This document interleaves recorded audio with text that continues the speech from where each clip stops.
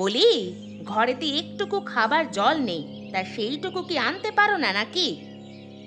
আমি কিভাবে আনবো? তুমি তো জানোই বৌমা, আমার কয়েকদিন ধরে পায়ের আর কোমরের ব্যথাটা একটু বেড়েছে। আমি কিভাবে আনতে যাব জল? ও, তাহলে তুমি এখন সব সময় বসে থাকবে আর আমি খেটে খেটে মরবো নাকি? আমি পারবো না জল আনতে, তাতে যদি শুকিয়ে থাকতে হয় আমি তাই থাকবো। এ কি দজ্জাল বৌমা রে! শাশুড়ি মা, আপনি কিন্তু অনেকক্ষণ ধরে অনেক কথা বলে যাচ্ছেন। আমি কিন্তু আর সহ্য করে থাকবো না। মুখ সামলে কথা বলবেন বলে দিচ্ছি।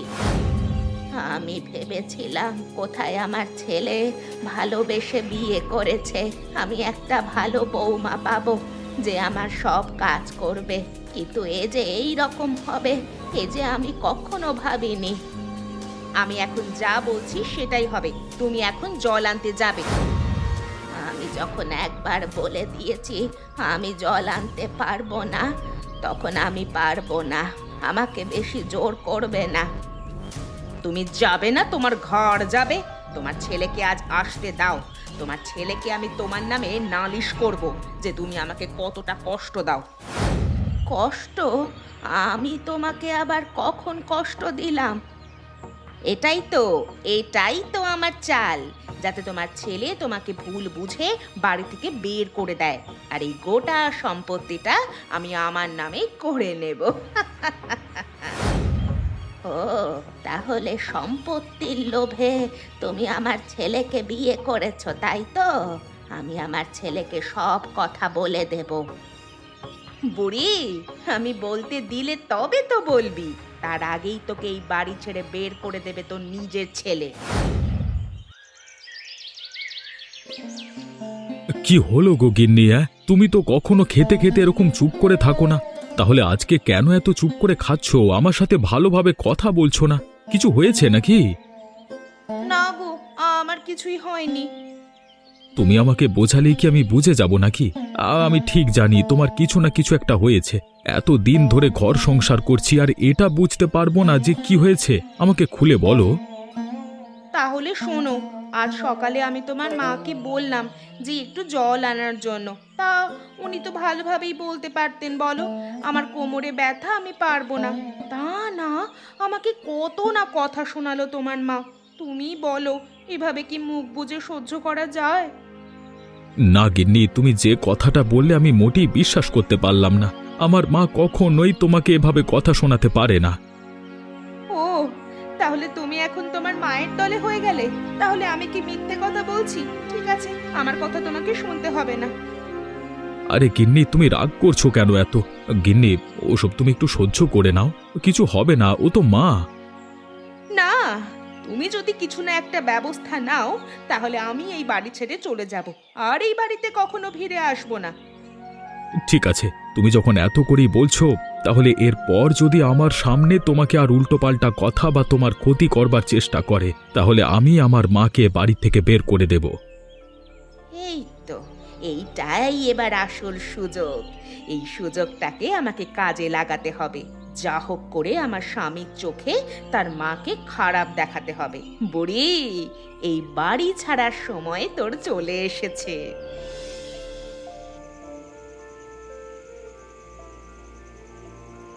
ওই তো, মা আর ছেলে মিলে ঘরে বসে বসে গল্প করছে। এইটাই সেই সুযোগ। হাতের খোসাটা দরজার সামনে ফেলে রেখে দিই, আর ঢোকার সময় ইচ্ছে করে সেটাতে পিছলে পড়ে যাবে, আর সব দোষ ওই বুড়িটার ওপর দিয়ে দেব।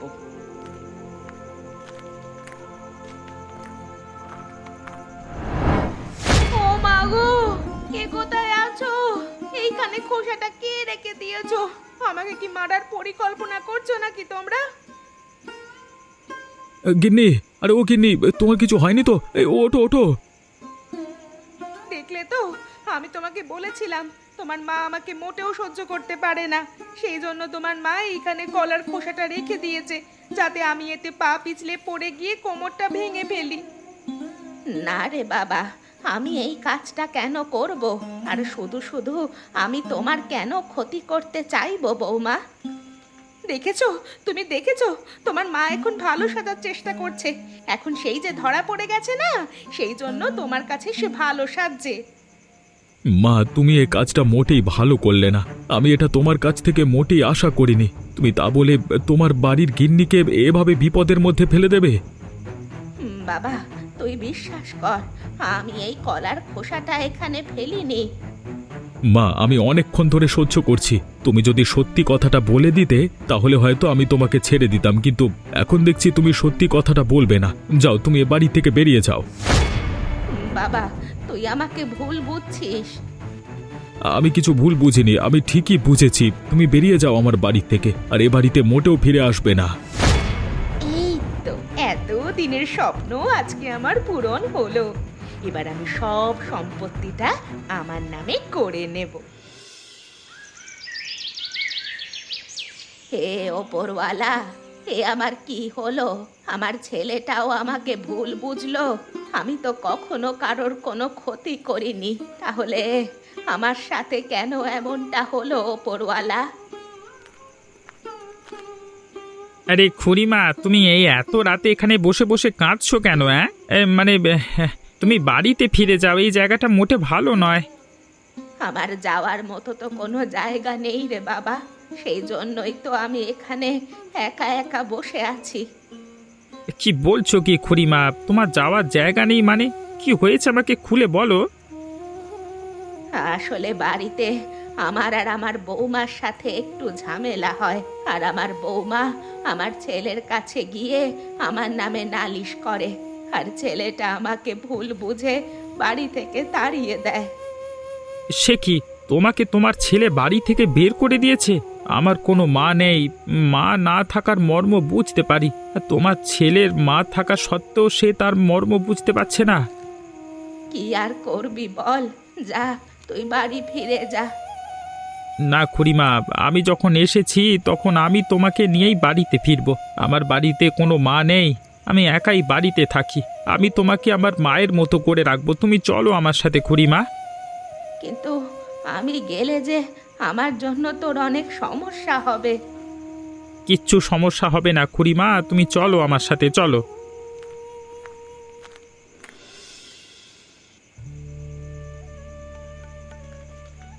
আরে কি দেখছি, এ তো দেখছি রান্নাঘরে পাতাকপি ছাড়া আর কিছুই নেই। এই পাতাকপি দিয়েই কিছু একটা রান্না করতে হবে, অনেক রাত হয়েছে। যাই, চটপট কিছু একটা তৈরি করে নি। খুড়িমা, আরে ও খুড়িমা, তোমার রান্না করা হলো? আমার যে প্রচন্ড খিদে পেয়ে গেছে। হ্যাঁ রে, আমার রান্না করা হয়ে গেছে। আয় বস দেখি, তাড়াতাড়ি খেয়ে নিবি আয়, আর খেয়ে বল কেমন স্বাদ হয়েছে।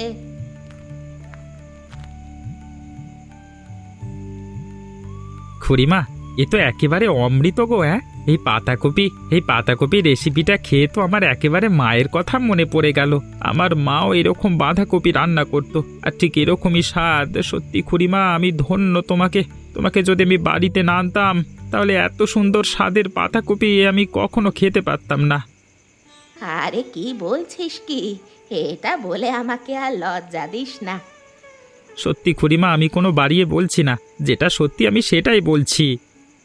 ঠিক আছে, তোর যখন এত ভালোই খেতে লেগেছে তাহলে আর একটু নে, এখনো তো অনেকটা পরিমাণই আছে। হ্যাঁ হ্যাঁ, নেব বলি তো বসে আছি। দাও দাও, আমাকে আরেকটু দাও খুড়িমা, খুব সুন্দর খেতে হয়েছে খুড়িমা। এই নে বাবা, খা, তুইও খা, আর আমিও সাথে সাথে খেয়ে নি, তাহলে তাড়াতাড়ি খেয়ে দে, ঘুমানোটা হয়ে যাবে। হ্যাঁ হ্যাঁ খুড়িমা, তুমিও আমার সাথে খেয়ে নাও, অনেক রাত হয়েছে, আবার শুতে হবে তো। নাও নাও, খেয়ে নাও তাড়াতাড়ি। স্যার, স্যার আমাকে ডেকেছিলেন স্যার? এই যে আপনার আসবার এখন সময় হলো, অফিসে আসবার সময় কটা?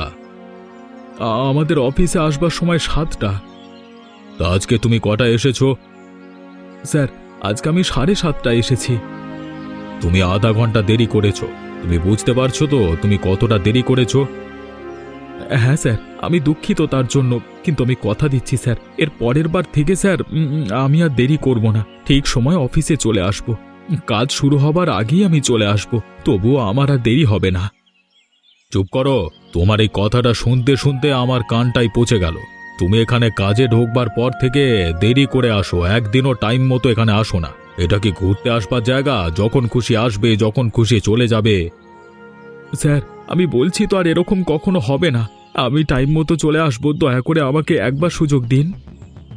তোমাকে সময় দেওয়াটাই আমার ভুল হয়েছে, এবার থেকে তুমি আর কোনো সময় পাবে না, তোমাকে একেবারে চিরকালের জন্য ছাড়িয়ে দিলাম। যাও, তুমি এখান থেকে বেরিয়ে যাও। স্যার, শেষবারের মতো আমাকে মাফ করে দিন, এরপর থেকে কোনো দিনও করবো না স্যার, কোনো দিনও দেরি হবে না, এবারের মতো ক্ষমা করে দিন। আমি তো বললাম, একটা কথা বললে তোমার কানে যায় না? বলছি তো এখান থেকে বেরিয়ে যাও, নইলে আমি ঘাড় ধাক্কা দিয়ে বের করতে বাধ্য হব। ঠিক আছে স্যার, আমি চলে যাচ্ছি স্যার। কি হলো গো তোমার? তুমি তো এই কিছুক্ষণ আগেই কাজে গেলে, আবার এরই মধ্যে চলে এলে, কি ব্যাপার? আজকে কি অফিস খোলা ছিল না নাকি? গিন্নি, খোলা তো ছিল, কিন্তু আমি আর সেখানে যেতে পারবো না। যেতে পারবো না মানে? এ তুমি কেমন কথা বলছো? আর কি হয়েছে? তুমি এইভাবে ঝরঝর করে কেন কাঁদছো? কি হয়েছে আমাকে খুলে বলো তো। গিন্নি গো, আসলে আমি দিনের পর দিন কাজে দেরি করে যেতাম, আর সেই জন্যই আমার স্যার আমার প্রতি রেগে যায়, আর আমাকে আজকে কাজ থেকে বের করে দিয়েছে। কি বলছো কি তুমি? তোমাকে কাজ থেকে বের করে দিয়েছে? তাহলে এবার আমাদের সংসারটা চলবে কি করে? আর আমার শখ পূরণ কে করবে? কিচ্ছু করবার নেই গিন্নি, আমি স্যারকে অনেকবার বলেছিলাম আমাকে এবারের মতো ক্ষমা করে দিতে, কিন্তু স্যার আমার কোনো কথাই শোনেনি, আমাকে জোর করে কাজ থেকে বের করে দিয়েছে। তোমার যখন কাজ নেই, তাহলে আমি আর তোমার সাথে থাকতে পারবো না। তুমি আমাকে খাওয়াতে পারবে না? তোমার জন্য কি আমি এখানে শুকিয়ে শুকিয়ে মরবো নাকি? তুমি এ সময় আমার কাছ থেকে চলে যাবে? এই দুঃখের সময় তো তুমি আমার পাশে থাকবার কথা, আর তুমি এখন চলে যাচ্ছ। তোমার কথায় আমি আমার মাকে তাড়িয়ে দিয়েছি বাড়ি থেকে, এখন তুমি চলে গেলে আমি উঠে দাঁড়াবো কি করে? কি করে উঠে দাঁড়াবে সেটা তো তোমার ব্যাপার, কিন্তু তোমার জন্য কি আমি শুকিয়ে শুকিয়ে মরবো? আমি পারবো না। আমি আমার বাপের বাড়িতে চলে যাচ্ছি, তুমি তোমারটা বুঝে নাও। হে ওপরওয়ালা, এসব আমার সঙ্গে কেন হয়? আমি আমার মাকে তাড়িয়ে দিলাম, এখন আমার গিন্নি আমাকে ছেড়ে চলে গেল, আমি কি করব কিছু বুঝতে পারছি না। আরে একই দেখছি আমি শুভেন্দু, তুই এতদিন পর এই মাচায় এসেছিস, তা তোকে দেখে আজকে বেশ ভালো লাগছে। তা বল, সব ঠিকঠাক আছে তো? আর বলিস না রে অতনু, সব শেষ হয়ে গেল। কেন রে, কি শেষ হয়ে গেল? আর তুই এভাবে কাঁদছিস কেন? কি হয়েছে খুলে বল। অতনু, জানিস, তোর বৌদির কথা শুনে আমি আমার মাকে বাড়ি থেকে তাড়িয়ে দিয়েছি, আর এখন আমার কাজটা চলে যাওয়ার কারণে আমার গিন্নিও আমাকে ছেড়ে পালিয়েছে। এখন তুই বল, এখন আমি কি করব? তুই কত বড় পাগল রে! তুই তোর মাকে বাড়ি থেকে বের করে দিয়েছিস? যে মা তোকে কোলে পিঠে করে ছোট থেকে বড় করেছে, তাকে তুই বাড়ি থেকে বের করে দিলি? তোর লজ্জা করে না? আরে অতনু, আমি অনেক বড় ভুল করে ফেলেছি, আমি এখন নিজেই বুঝতে পারছি। আমার মা থাকলে হয়তো এ সময় কিছু না কিছু একটা উপায় দিত, যাতে আমাদের সংসারটা চলে যায়, কিন্তু কিন্তু এখন মাও নেই। এখন আমি কি করব? আমাকে কিছু একটা উপায় দে ভাই। উপায় তো দেওয়ার মতো আমার কাছে কিছুই নেই, তবে তুই এক কাজ করতে পারিস। তুই তোর গিন্নির কাছে যা, শ্বশুর বাড়িতে গিয়ে তোর গিন্নির কাছে ক্ষমা চা। বল, তুমি আমার বাড়িতে ফিরে চলো, আমি একা থাকতে পারছি না। কিন্তু আমি গেলে সে বাড়িতে ফিরে আসবে? সেটা তো বলতে পারবো না, ফিরে আসবে কি আসবে না, তবে চেষ্টা করে দেখতে পারিস। ফিরে এলে ভালো, আর নইলে আর কি করা যাবে। তবে তোর মায়ের সাথে যদি আমার কখনো দেখা হয়, তাহলে তোকে আমি সঙ্গে সঙ্গে খবর দিয়ে দেব। ঠিক আছে, এখন আমি বাড়ি যাচ্ছি, বিকেল তো প্রায় হতেই চললো, বাড়িটা ফাঁকা পড়ে আছে, বাড়িতে কেউ নেই, আমি যাই, বুঝলি? হ্যাঁ রে শুভেন্দু, তুই যা, বাড়ির দিকে যা। গিন্নি, আরে ও গিন্নি, তুমি কোথায়? আমার সাথে ফিরে চলো, আমি একা একা বাড়িতে থাকতে পারছি না, তুমি আমার সঙ্গে থাকলে তবু আমি একটু ভরসা পাই। গিন্নি, তুমি চলো আমার সাথে। কি হয়েছে তোমার? তুমি কেন আমার বাড়িতে এসেছো আবার? তোমাকে তো আমি বললাম আমার বাড়িতে আসবে না, তবুও তুমি কেন আমার বাড়িতে এসেছো? যাও, তুমি আমার বাড়ি থেকে বেরিয়ে যাও। না গিন্নি, আমি যাব না। আমি গেলে শুধু তোমাকে নিয়েই তারপর বাড়িতে যাব। তার আগে আমি এখান থেকে মোটেও নড়ব না। কি হয়েছে রে মা? কে তোকে এরকম বিরক্ত করছে? দেখো না, তোমার জামাই এসেছে আর আমাকে বলছে নাকি আমাকে না নিয়ে সে বাড়িতে ফিরে যাবে না।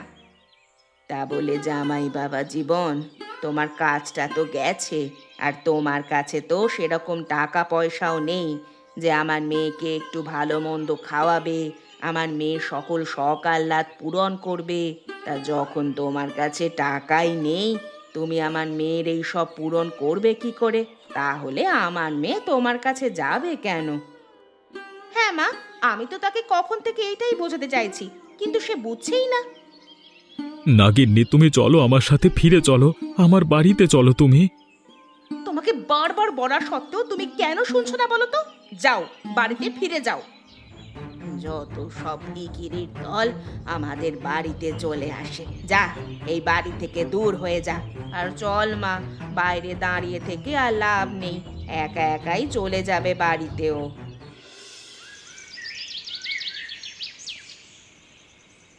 হে ওপরওয়ালা, তুমি আমার সাথে কেন এরকম করলে? আমি তো কারোর কোনো ক্ষতি করিনি, তাহলে আমার সাথে কেন এরকম হয়? শুভেন্দু, আরে এই শুভেন্দু, এই কোথায় তুই? তোর জন্য একটা সুখবর আছে।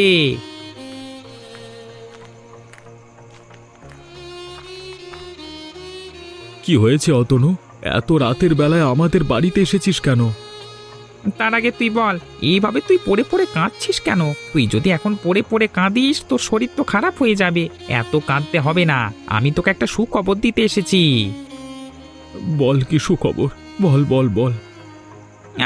শুভেন্দু, আমি তোর মায়ের খোঁজ পেয়েছি রে। কি, তুই আমার মায়ের খোঁজ পেয়ে গেছিস? তা বল বল, আমার মা কোথায় আছে? আমি এক্ষুনি যাব আমার মায়ের কাছে ক্ষমা চাইতে। বল রে অতনু, আমাকে তাড়াতাড়ি বল।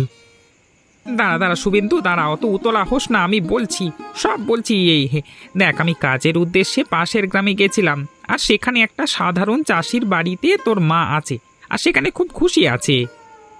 ঠিক আছে, আমি এক্ষুনি যাচ্ছি আমার মায়ের কাছে। আমার মায়ের কাছে গিয়ে ক্ষমা চাইব। অতনু, তোকে ধন্যবাদ রে আমার মায়ের খোঁজটা দেওয়ার জন্য। শুভেন্দু, তুই দাঁড়া, আজকে অনেক রাত হয়েছে তো আজকে যেতে হবে না। তুই কালকে সকালে ঘুম থেকে উঠে তারপরে তোর মায়ের কাছে যাবি। ঠিক আছে, তাহলে আমি তাই করব। কালকে সকালে আমি আমার মায়ের কাছে যাব। মা, ও মা, তুমি কোথায় গো? বেরিয়ে এসো, তোমার সাথে আমার অনেক কথা আছে মা। তুমি তাড়াতাড়ি বেরিয়ে এসো মা। কি হয়েছে রে বাবা? তোর এই রকম অবস্থা কেন? আর কি হয়েছে? তুই আমাকে এভাবে ডাকছিস কেন? মা, আমি আমার গিন্নির কথা শুনে তোমাকে বাড়ি থেকে বের করে দিয়েছিলাম। এখন আমার চাকরি চলে গেছে দেখে আমার গিন্নিও আমাকে ছেড়ে চলে গেছে। তুমি আমার সাথে ফিরে চলো মা।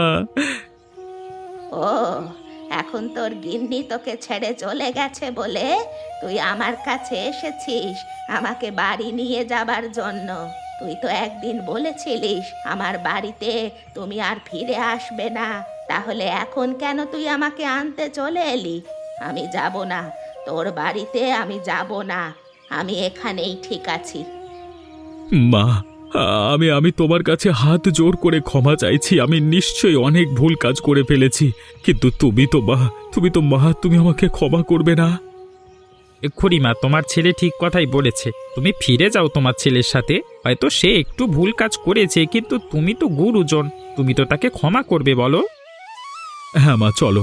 আর তুমি কিছু একটা বুদ্ধি দাও যাতে আমি সংসারটাকে আবার আগের মতো করতে পারি।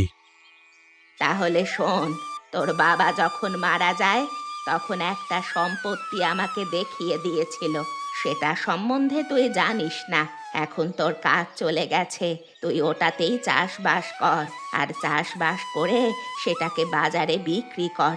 আশা করছি আমাদের সংসারটা আবার ঠিক হয়ে যাবে। ঠিক আছে মা, চলো চলো, আমি এখন থেকে ও জমিতে চাষবাস করব। চলো মা, তুমি বাড়িতে ফিরে চলো। আজকে আমি অনেক খুশি মা। আজকে একটা ছোট দোকানে সবজি বিক্রি করে এখন আমি পাইকারি হারে প্রত্যেকটা ছোট ছোট দোকানে সবজি দিচ্ছি। এসব সম্ভব হয়েছে শুধুমাত্র তোমার জন্য। ধুর, তুই যে কি বলিস না, তুই যদি তোর নিজের ভুলটা বুঝতে না পারতিস তাহলে হয়তো এই জায়গাটা তুই পৌঁছাতে পারতিস না। এইসব আমার জন্য কিছুই হয়নি, সবই তুই নিজে অর্জন করেছিস।